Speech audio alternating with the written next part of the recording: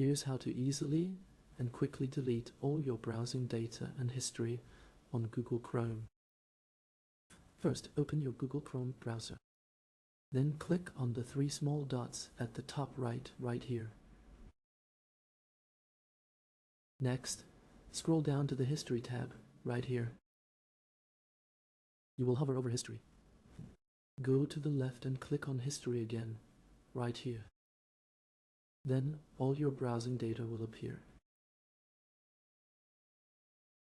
Now, go to the left and click on the trash can to clear browsing data. Then when you reach this page, a pop-up will appear. You can choose when to delete and from when to delete your Google Chrome history.